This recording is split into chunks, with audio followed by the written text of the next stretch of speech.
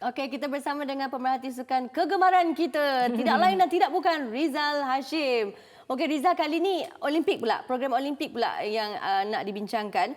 Jadi kriteria pemilihan atlet untuk program Olimpik.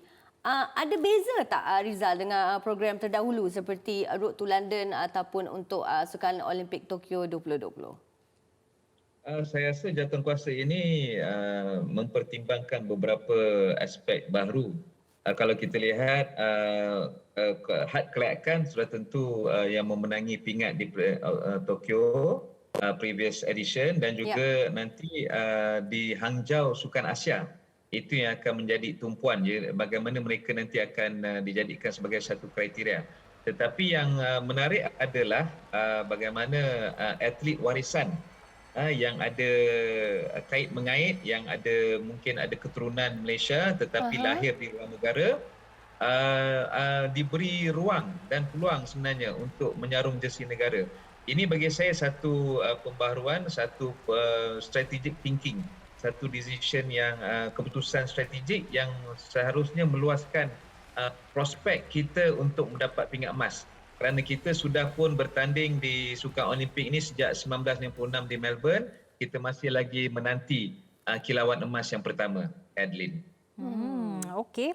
Kalau kita lihat kepada grafik yang kita kongsikan tadi ya, kriteria untuk berada dalam program ini sebenarnya sangat-sangat sukar jugalah. It's quite tough nak terpilih. So adakah ini bermakna bahawa untuk atlet-atlet yang maybe lebih muda, yang lebih junior memang tertutuplah peluang nak terlibat dengan program ni, Rizal?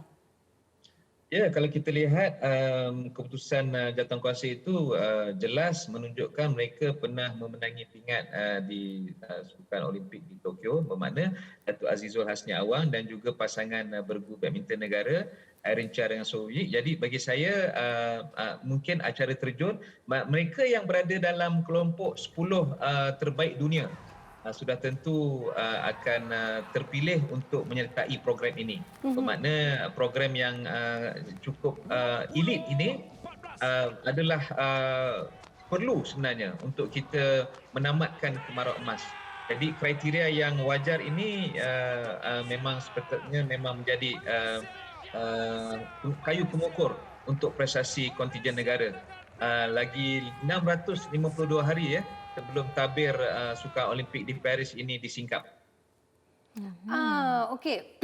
Riza, back to tadi masa you mention pasal pemain warisan kan? Atlet warisan, maaf. Pemain warisan tu mostly on football players. Bola sepak, Metod yang sama digunakan oleh FM. Jelas membuahkan hasil.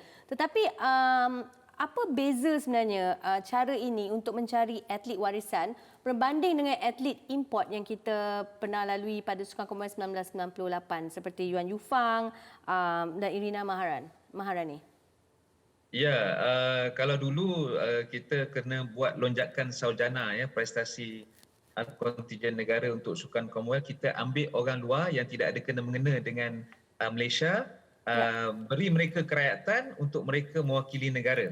Jadi bezanya kali ini adalah mereka yang ada kaitan, yang ada darah atau keturunan Malaysia tetapi bermastautin ataupun lahir di luar negara, ada peluang. Tetapi dengan syarat kita harus memikirkan apakah acara mereka itu, mereka sebenarnya berada dalam taraf dunia. Kita lihat mungkin dalam sukan triathlon misalnya, dalam sukan-sukan tempur ataupun mungkin wrestling, gusti ya. Jadi ini antara individu-individu yang harus dipertimbangkan dengan syarat mereka sebenarnya berada dalam kelompok 10 atlet terbaik dunia ataupun mereka sebenarnya prestasi mereka menunjukkan mereka berpotensi untuk memenangi pingat. Kerana kita harus faham bahawa jawatankuasa ini ditubuhkan semata untuk goal Paris 2024. Jadi sudah tentu kita mahukan emas. Kita tidak mahu atlet warisan ini sekadar pelengkap senarai. Kita mahu sekurang-kurangnya mereka menaiki podium. Jadi itulah cabarannya. Okey, so atlet-atlet warisan ni memang ada certain events yang memang dah targeted nak ambil atlet warisan ke, ataupun kita generally selagi boleh ambil je atlet warisan ni, Rizal? Saya percaya mungkin ada yang menyatakan minat mereka. Mereka sudah pun menghubungi Presiden Majlis Olimpik Malaysia Tan Sri Nurhazal Zakaria. Saya dimaklumkan dan juga mungkin sudah menghubungi Majlis Sukan Negara. Jadi terpulang kepada jawatankuasa ini bagaimana untuk memastikan mereka yang berminat ini sebenarnya memang cukup kelayakan untuk dijadikan sebagai harapan untuk memenangi pingat.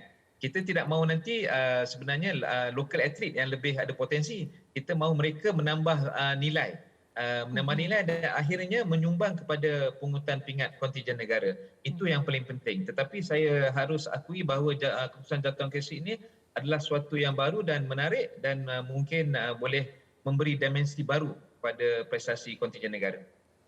Memang boleh dikatakan langkah positif dengan untuk mendapatkan khidmat atlet warisan kan. Tapi Riza, adakah kita yang inginkan mendapat khidmat atlet warisan ni, adakah kita terdesak atau kita terlampau inginkan sangat pingat emas tu? Boleh tak kita just do it tanpa atlet warisan untuk dapat pingat emas tu?